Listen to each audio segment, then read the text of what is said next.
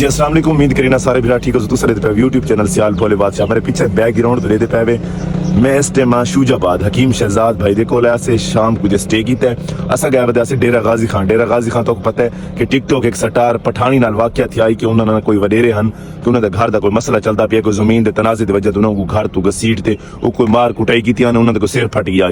उतों वापसी ते असा आए इतने शहजाद भाई को शहजाद हकीम शहजाद लूहा पहाड़ को इतने स्टे किया। इन तो बाद इंशाअल्लाह हुण असा निकल सो। मेरे विलोग नाल जुड़े रहो, मजीद भी विलोग जिमें जिमें बड़े ना मैं तुस मेरे नाल रहो ते इंशाअल्लाह थोड़ी देर बाद जिमें शहजाद भाई आए उन्होंने मुलाकात करें उन्होंने जी जगह का माहौल है जो सिस्टम है वो भी तो नाल दे नाल कम से कम 400 किलोमीटर सफर करते असा डीजी खां पहुंचे हैं पठानी कोल, क्योंकि पठानी का हाल अवल पूछे उनका कोई सिर फटा पिया आई उनके अब का जोड़ा है ना ब्यूटी पार्लर के ओशो बड़े औखा सौखा निजाम बड़ा बड़ूतना बालों को बलात ना उन्हें बड़ी वैसे ज्यादगी थी गई है। वह गरीब आदमी है वो ताज़ा गुजारा करें ब्यूटी पार्लर तो थोड़ा लाइफ शाइफ बहते असा उतों निकले खैरपुर सीधा गए डीजी खां उतों पठानी का हाल वोल पहुंचे उतों वापस 2-3 बजे आए शहजाद भाई को हकीम शहजाद दवाखाना मेरे बैकग्राउंड तक नजर आता पियो सी। इस टाइम मैं शूजाबाद हाँ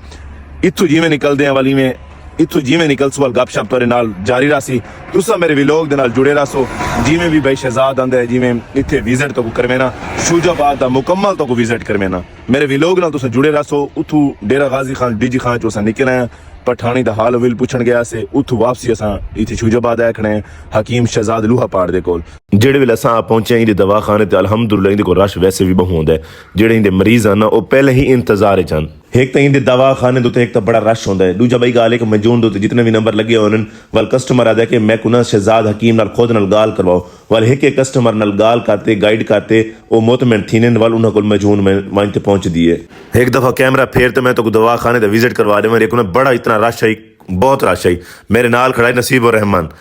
रहमान भाई क्या हाल है तभी ठीक है।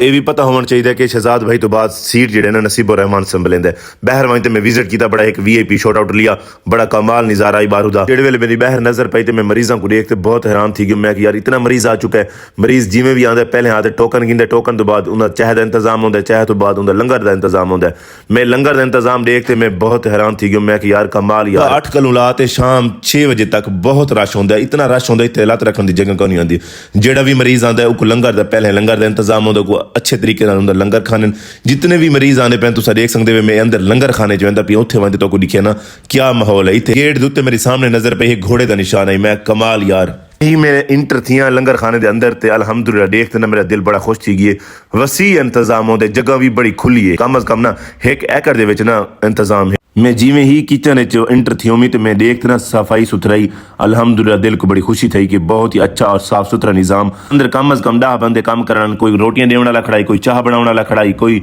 रोटियां थप्पण वाला खड़ाई कोई खाना बनाने वाला खड़ाई कोई सब्जी बने खड़ा कोई सालन बने खड़ा है कोई चाह बने खड़ा है। मैं देखते हैरान थी कि मैं यार कमाल शहजाद दवाखाने का लंगर भाई चलता पिए 5 घंटे गुजारे 5 घंटे के अंदर लंगर इन्होंने बंद करनी थी। जितना भी रश आता पिए जितना भी मुसाफिर आता पिए जितना मरीज आता पिए वो लंगर तो बगैर जड़े ना कहनी मंडी दे बाहर मानते मैं विजिट किया ना इतना बड़ा खुला मैदान 1 एकड़ च मैदान आवे पिया जेड़ा बंदा दिल का सखी होंदा अल्लाह पाक को देंदा ही बड़ी है। जी जनाब तुसा दिता हकीम शहजाद लूहा पहाड़ दा दवाखाना हुण उनका नाम चेंज कर दिया भाई मिस्टर हकीम शहजाद शरीफ हुण रखा उनका नाम हकीम शहजाद शरीफ आदमी।